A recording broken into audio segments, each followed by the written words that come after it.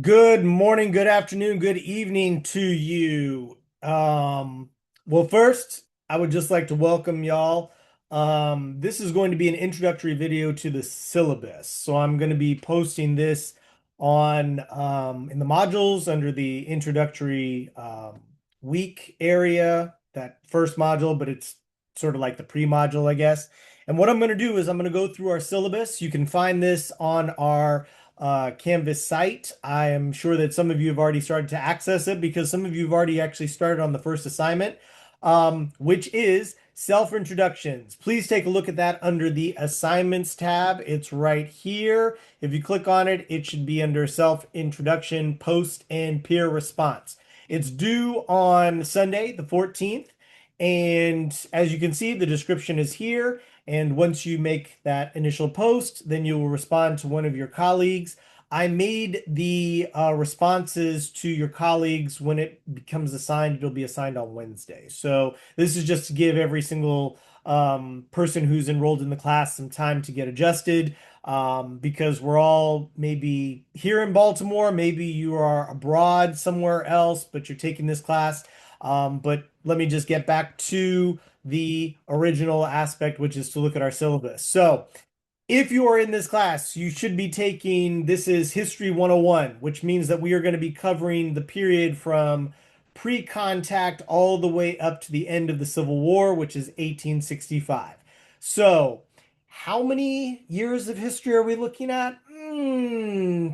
If you want to go from pre-contact, because we are going to be talking about many of the Native American empires and Native American cultures prior to the arrival of Columbus. We're going to be looking at the period of North America prior to the arrival of Columbus. So we're probably going to be covering over that period is probably about maybe 2,000 years.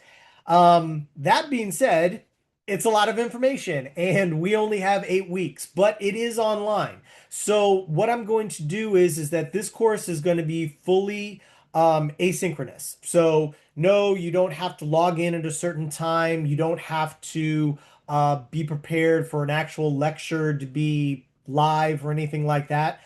But what you should note is when everything is due. Okay, just keep in mind the due dates for the class. The vast majority of our assignments are actually due on Sundays. Okay, that's in our discussions, that's our critical analysis papers.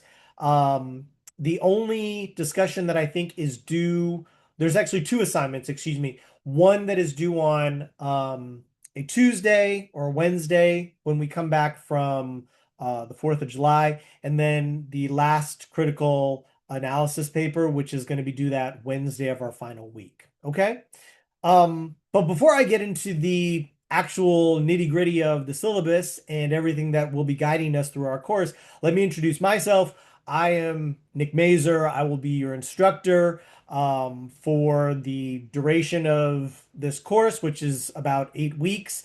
I have a PhD in philosophy. I was born and raised in California. I left California in 2015, moved throughout the South, and this is my third year in Baltimore. I work at Johns Hopkins, and I also teach at BCCC. So, I'm still very new to the area and the region, so I'm always looking for great food suggestions, things that I should check out. I really always want to try to immerse myself in the city and the state that I live in. So, for all of those of you who are more familiar with this place than I am, please give me your suggestions.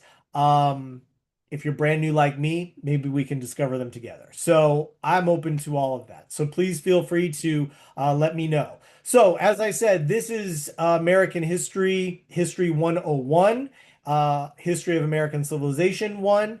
And you can see right here, this is the title of our course. It's asynchronous online. There's my information. That is my cell phone number there. Um, I encourage all of you to lock in that number. Feel free to, send me a text message to introduce yourself. Don't just send me a text message and be like, you know, hey professor, or hey Nick, because especially, or if you call me and I don't have your number locked in, all these phones, they'll go straight to spam, and I might miss it. So, feel free to text me anytime. The reason why I give you my email as well as my cell phone is because, all of us are operating on various schedules. You're taking this course online for a multitude of reasons, but I definitely want to make sure that this course that even though we are online, that you still have access to me. I want you to, be able to call me. We can FaceTime. We can have conversations via email. I want to be able to always help problem solve. So it's always best that you reach out early if something is happening. Don't wait until it becomes, a real problem. There's always students that, at the end, where an emergency happens. And yeah, we can't foresee emergencies, but as the emergency is happening, reach out to me. Let's see what we can do. Let's try to be flexible. Let's try to figure things out. Some people, they realize that this class just isn't for them, and they just don't have the time. That's okay. You can, take it with me, hopefully, again at a future date. But I'd really like for everybody to, remain in the course and to participate because this period of American history is really quite fascinating. It's a period where a lot of the foundational elements in terms of our conceptual ideologies in terms of race or gender or class. These are where they really begin. And so when we really try to understand where we are today as a country, we can really be informed by what happened, hundreds, if not thousands of years ago, on this part of the continent. So, please, I'd love for you to stay engaged with it as much as possible. Take a look at the course objectives. I won't read this over in detail, but essentially what I really want you to understand is what I just mentioned. I really want you to try to understand in this course, how did America get this way? Why are we the way that we are? In a world where we have such hyperbolic engagements with, technology and, the massive amounts of information that we are fed daily or that we're asked to process daily, we often overlook that much of what we're being presented are ideas that harken from an earlier period. And that's where I want this course to be very helpful for you, is that you can try to understand how exactly we can look at today's phenomena by being informed from the past, right? How exactly are past historical events and the people that came before us, their stories, their experiences, what they left, as a historical record, how that can inform our thinking and the way that we see not just our current contemporary experience, but also ourselves. Okay, so I really want you to take a look at all of that. We're going to be covering the specific periods, which is pre-contact all the way to 1865. So I'm only going to go up to the end of the Civil War, which is basically the surrender at Appomattox on April 14th, 1865.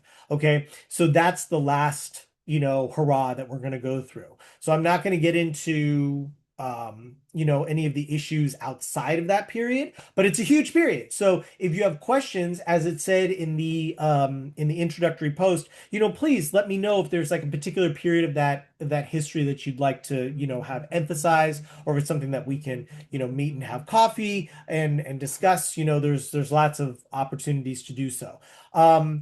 As a caveat to that, of course, because there's so much information, I'm never going to be able to, spend so much time on one particular subject. What I'm trying to do in this course is I'm really trying to give you pieces and bits and pieces of information along the historical record of what's happened in this society, but I want you to try to become even more curious. I want, the way that I present this material to get you thinking like, man, I'd really like to know more about that, or I'm going to do some investigating on my own. That's really the sign of an engaging course, is where you feel even more interested or curious or inspired to even want to go even further.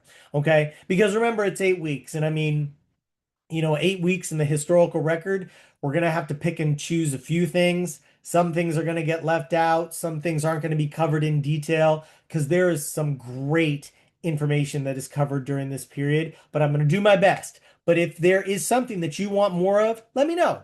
Okay? Because I would love to be able to, include that in there. Um, and so what we're going to be looking at is that period, but essentially, I want you to think about, the events, the people, why exactly, what exactly were the motivations, for people to make the decisions that they did, whether that is, to cross the Atlantic Ocean, whether that is to explore certain parts of the United States, whether that is to import slaves or to start a colony or to, decide who gets to be president or what are the policies or the Constitution, all of that. We're going to be looking at all of these aspects, the motivations. What exactly were the driving forces that create that sort of behavioral change in people? We're going to analyze, critically analyze, these motivations. We're going to critically analyze people in these events. History, one of the greatest things about history is that it's 2020, right? We have the ability to be able to critique from our own period, but that can also be very dangerous, right? Because we have to understand that we've had the benefit of all of these events that have come before us to be able to look at that and inform us in our decision making. But what we're going to do is we're going to look at the periods in their context, look at the people in their environments, the decisions that they're making, and try to understand why, so that we can be critically, analytical and understanding like, okay, why is that? And then we're going to evaluate. We're going to evaluate, well, what exactly are the consequences of these decisions? How exactly did these decisions affect us as people of this nation, of people of the world, right? All of these sort of aspects. Now, of course, because we are talking about topics that are difficult, they can be controversial, they can be you know make you uneasy at times, because history is never squeaky clean. you know the trouble with history is that it's based on facts, and facts are very stubborn things. But, there's all sorts of ways of telling history, right? What you choose to include, what you choose to exclude, how you want to tell the story, what information do you want to be able to present, right? And there's a very famous saying that, history is often told by the victors, right? The people who are in charge, the people who are running things. And so, yes, what I'm going to try to do is I'm going to try to incorporate those stories that are often left out, because that's what I find so fascinating about history is that there's so many fascinating stories, perspectives, and ideas. And we don't just want to, continue along the homogenating narrative of history, this sort of linear aspect. We really want to be able to investigate those deeper ideas of why and how and the ways in which our perspectives have been informed, right, by past experiences. But because some of these topics are difficult, and you will be picking, discussion questions and responses that, may get at, some very, very challenging topics, I want us to all be able to maintain various expectations. The first is respect. I want you to respect, each other, the ideas that are being trafficked, in this course and presented, and respect for the process, the way in which we ascertain this information, the way we evaluate it, the way that we critique it, right? I want you to have that respect, because once we have that, we have a space in which we have the safety to discuss questions that may make us uncomfortable, right? Issues of race, class, gender, right? These are topics that, are not alien to us, but they can be difficult because, they may make us feel some type of way. But in this course, I want you to be able to feel comfortable to explore those topics, right, in a very professional way. Of course, the way that we do that is we are going to traffic in positions here and ideas, not opinions. Okay. The difference is that an opinion is just something that you hold without necessarily having to have facts or a basis, right? It's just the way that you feel about something like that, right? Like if I was to ask everybody, what is their, which one is better? You know, uh, Lowry's or Old Bay, right?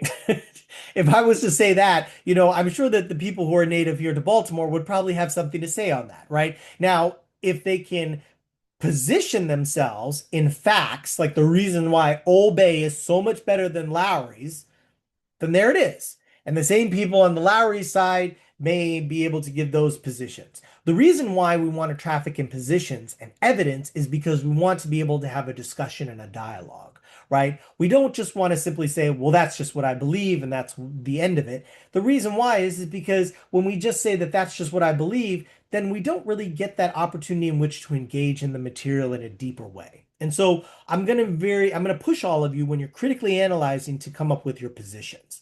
Of course, as I just mentioned, we want to have a community, and that community is being respectful of each other, engaging with each other. I'm hoping that all of you, even though this is an online course, will continue your engagement outside of this course. Share with each other your numbers, your emails. Get to know each other. I think that's a good thing. I don't always have to be the facilitator of that, but I definitely want to make sure that the academic space that we're maintaining here electronically is a place of safety where we can, hold each other accountable and also be very respectful. Just to let you know, there are no required texts for this course. Um, I don't, it's history and we're covering well over 2,000 years. So, I'm not really sure there's a book that can capture that. So I'll be putting up videos, primary sources, secondary sources, maps, and links, and all sorts of stuff on the modules. That'll be everything that you'll need. Of course, if you do use outside resources, like to reference something, just make sure you reference it. Just make sure you let me know where you got it so I know you just didn't make it up, right? Remember, positions with evidence. As you can see, here are the assignments. There are no tests, there's no quizzes, no midterm or final exam. We just have three papers, which I don't know why it why it became 1 1 1 1 1. That should be 1 2 3 4 5 6. Okay. I'll make sure to go in there and change that for y'all. But you have your self-introduction post. We have six discussion questions, each worth 150 points each. We have three critical analysis papers that go from 250 to 400, and that gives you a total of 2,000. So there's a short description here of what they are about, but I will give a more detailed description in the actual assignments. I will always provide you the discussion question. It'll either be one or a few. You'll only either have to answer one or you'll choose, one to choose from if I give you two or more. Critical analyses papers, there's usually a couple of questions and you choose one and then you will write these up. As you can see, the grading scale right there, there's no pluses or minuses. So, if you just fall within, and that is not correct. Goodness gracious. I will make sure I change that. It's not out of 1,000 points, it's out of 2,000 points. So I'll make sure to change that for y'all. But most people, y'all should do pretty well in this course. I'm not really too worried about you not, but if you are worried about your grade, feel free to text me or call me. We can always talk about it. I don't expect you all to ace every assignment. You could, but because we're focusing on writing, writing is a process. Every writer, can always improve themselves. Because improving one's communication ability, the process of being able to take an idea from your head and to put it onto paper, or in this case, onto our keyboards and onto our screens, that takes time. And, I want to help you get better at that because our communication forms are often being co-opted by, other platforms, whether that is social media, TikTok, text messaging, right? We want to be able to know that we can type something in a professional, eloquent, and effective manner that communicates ideas that people can follow and reasonably engage with, whether it is to support or to dispute, right? And so we want to always make sure that we're engaging in that sort of material. So I'll help you out with that. And I'm always happy to, read over your papers before you turn them in. If you want me to discuss your ideas with me, we can always do that. Okay. There's the calendar. The topics of what we'll be covering that week are here, and then the assignment, it'll say right there. I've also put the assignments on to Canvas, and the modules will begin to populate. As you can see, it's all right here. We've got all the policies. If I make any changes, I will always let you know. It'll never be last minute changes. I won't say like, hey, guess what? I'm gonna move the assignment up. That's never gonna happen. It's usually that I'm moving the assignment back. Um, if there's like issues, like if I don't see you participating, like if I don't see you're logging in, or if you're not posting your discussions or anything on time, I'll probably reach out to you and be just like, make sure you're okay. Um, but I always want to make sure that you're enjoying the class, that you're getting something out of it, that it's worthwhile to you. Okay. Because we want to make these courses engaging. I mean, I wish we could all be in class together, but this was the one that they handed me. So we will just go with that. If the biggest thing about this course is, it's tied to professionalism, but is the issue of plagiarism. So, it is very easy, and I'm sure I don't have to remind any of you about the role of AI, right? It's all over the place. Um, AI can be very helpful in terms of trying to give us ideas of where to go. But we don't ask AI to write the paper for us or to answer the discussion question for us. What we want is I want your voice. We need to be very critical of machines thinking for us, right? It is perfectly okay for a machine to be able to say, like, well, here's all of the events that happened. Here are the major events that have contributed to the Civil War. Okay, cool. So then give me some events. Maybe it's the raid on Hopper's Ferry. Maybe it is the Dred Scott decision. Maybe it's the issue of Bleeding Kansas. Okay, whatever the case may be. What AI has not been able to do is to be able to give us an evaluative aspect, right?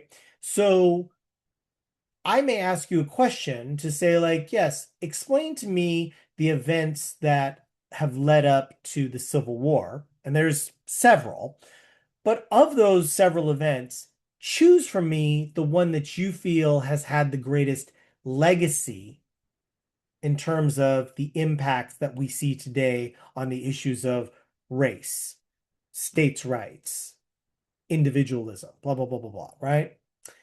Now, my questions, as you will see, they're very loaded. They're multi-layered and they can be confusing.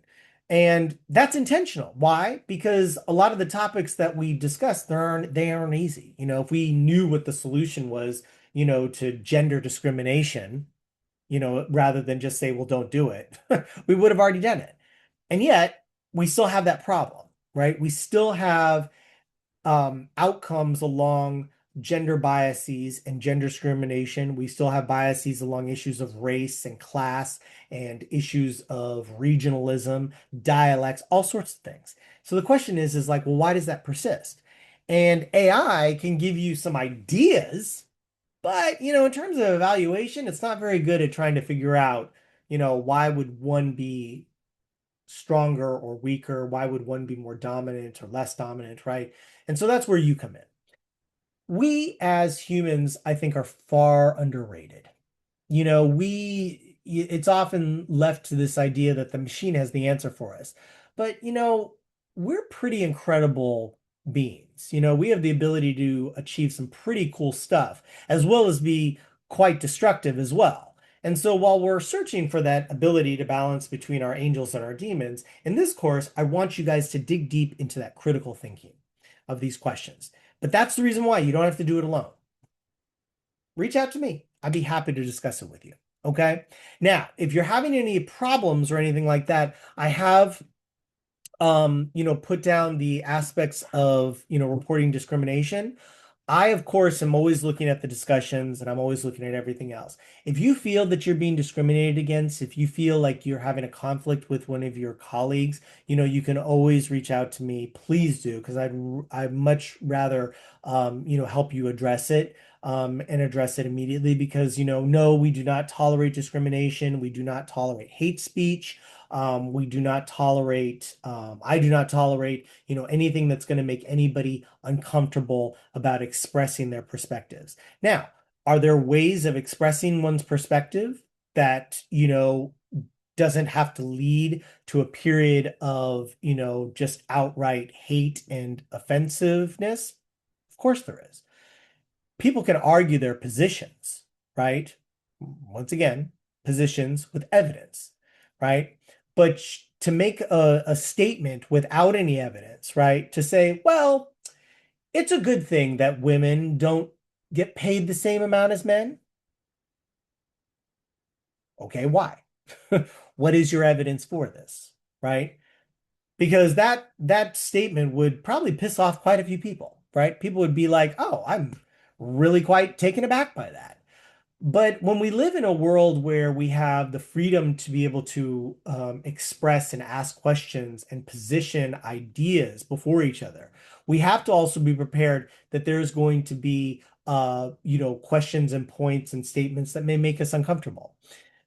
Being offended is a part of the experience of living in a freely expressive society, right? You're going to be offended. Now, in that case, what you do is the way that one pushes back against that offense is to, a famous teacher once said, the answer to a really bad idea is a really good idea, right? Here's the other idea that I have. And so what we'll do is we will often work through that. But if you feel like you're having trouble, or if there's some issues going on in the class, or if there's something that, I need to know, feel free, text me, call me anytime. I'm happy to discuss it with you. The rest of the course summary is here. You can find our modules here. You will start to see these things getting populated. And I will start, opening them up so that you can start to review. I will always, pair lecture slides.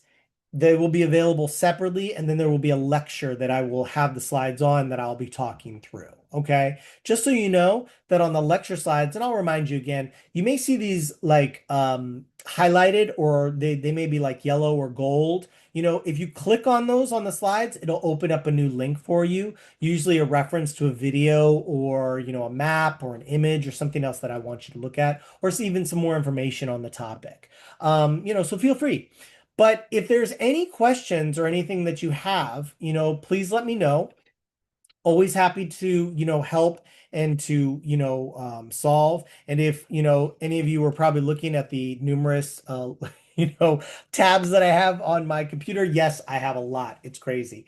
Um, but I'm looking forward to getting to know each one of you. I'm looking forward to reading your first posts, as your self-introductions. But if you have any questions, concerns, or comments for me, feel free to reach out anytime. I look forward to connecting with all of you. I'm so glad that you're in this class. Have a good rest of your morning, afternoon, or evening. We'll talk soon.